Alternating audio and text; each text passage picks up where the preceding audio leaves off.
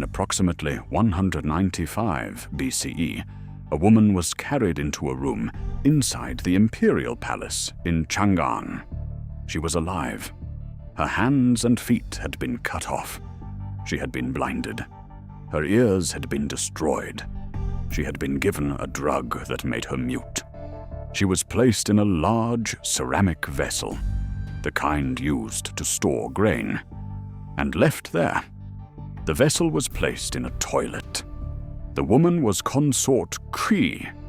She had been the favorite concubine of Emperor Gaozu of Han, the founder of one of the greatest dynasties in Chinese history. She had nearly succeeded in replacing his designated heir with her own son. The woman who had ordered this done was Gaozu's wife, Empress Lü. She then brought her own son, the new emperor, to see what was in the jar. He looked. He asked what it was.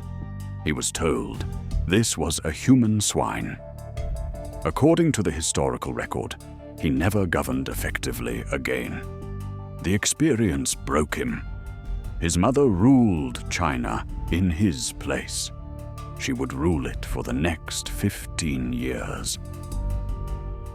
Lu Ji was born around 241 BCE into a reasonably prosperous family in the state of Chu. Her father arranged her marriage to Liu Bang when she was young. Liu Bang was at the time a low-ranking local official with a reputation for drinking, gambling, and general unreliability. He had a son from a previous relationship. He was not considered a promising match. She married him anyway. The marriage was, by the standards of the time and place, a working partnership. While Liu Bang spent years on the road, traveling, organizing, eventually raising armies, Lu Ji managed their household, raised their children, and dealt with the practical realities of life during a period of enormous political upheaval. When Liu Bang was briefly captured by a rival during his military campaigns, she was left as effective head of what was not yet a dynasty. She saw everything he was building. She understood what it would mean to win. When Liu Bang won, when he defeated his rivals and established the Han dynasty in 202 BCE, becoming Emperor Gaozu, Lu Ji became empress. She had not come this far to be decorative. The problem was consort Qi. Liu Bang had acquired many concubines over the course of his rise to power. Qi was his favorite. She was younger than Lu Ji, and Liu Bang loved her in a way he had apparently never loved his wife. She bore him a son, Ru Yi, whom Liu Bang preferred to his legitimate heir, Lu Ji's son, Liu Ying. For years, Liu Bang tried to change the succession. He wanted Ru Yi to be the crown prince. His advisors argued against it. The court resisted it. Lu Ji worked against it with every tool available. In the end, Liu Ying remained the designated heir.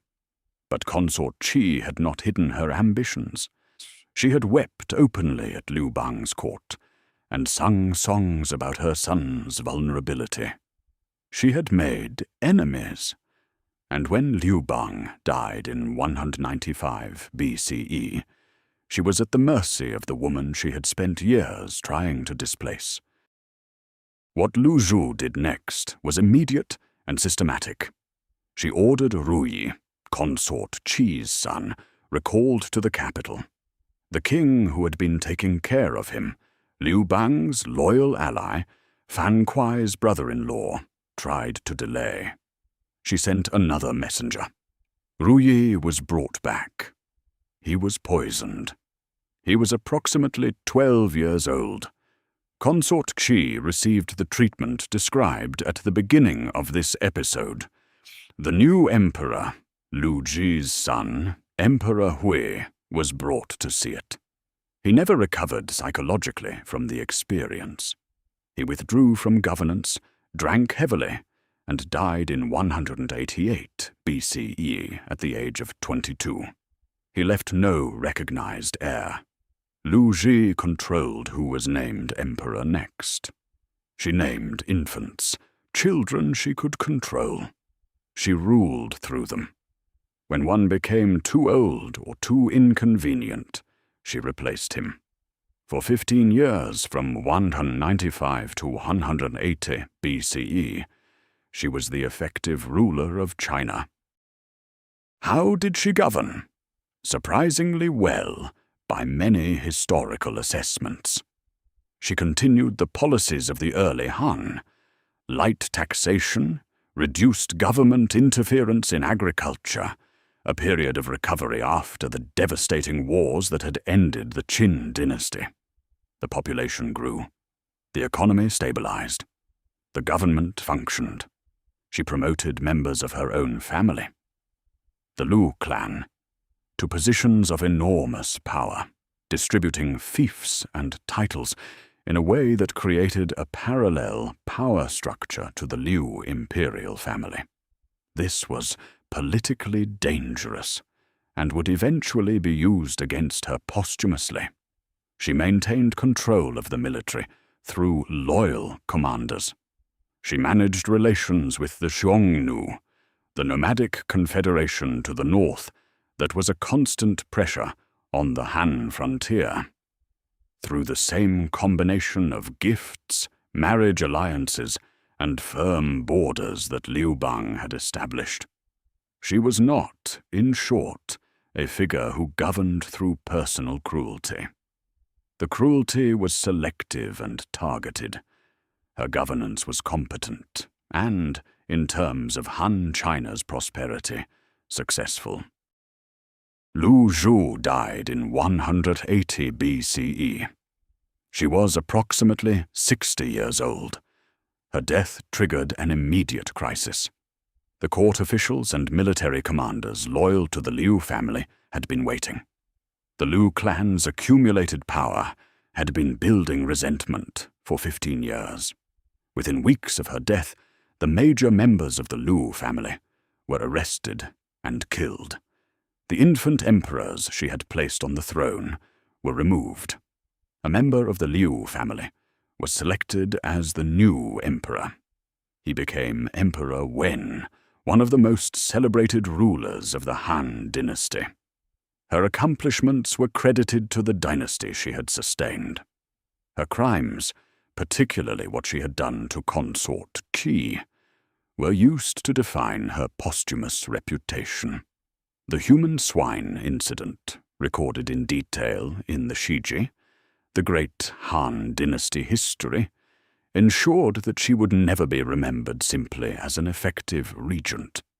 It became the defining image of her legacy. She was stripped of her imperial title posthumously. The official histories of the Han dynasty refused to grant her the honorific recognition normally given to imperial consorts who had governed. She had ruled China for 15 years. History denied her the title. The historiographical problem with Lü Ji is that her story was almost entirely written by people who despised her. The Shiji was compiled by Sima Qian, one of the greatest historians in Chinese history. He recorded what she did in detail. He was not sympathetic to her. The subsequent Han dynasty official history similarly framed her as a cautionary tale, a woman who had overstepped proper boundaries and whose family's overreach required a violent correction. Modern historians read her differently. She inherited power through her husband, managed a succession crisis that could have destroyed the early Han dynasty, governed for 15 years without losing control, maintained the low tax policies that allowed the Han economy to recover, and died in her bed. By the measures actually used to evaluate male rulers of the period, her record was strong. The standard applied to her was different. She is one of 3 women in Chinese history to have genuinely ruled the country. The other two, Wu Zetian and Empress Dowager Cixi, are subjects of earlier episodes of this channel. All three governed effectively. All three were condemned by the historians who documented them. What Lu Ji did to consort Qi is not defended here. It was what it was. But she ran China for 15 years, kept it intact, and handed it to a dynasty that would last for 4 more centuries. This is the Dragon Throne. We cover the rulers of Asia, and the women who ran empires without the titles that men were given for the same work. Subscribe if this story stayed with you. New episodes every week.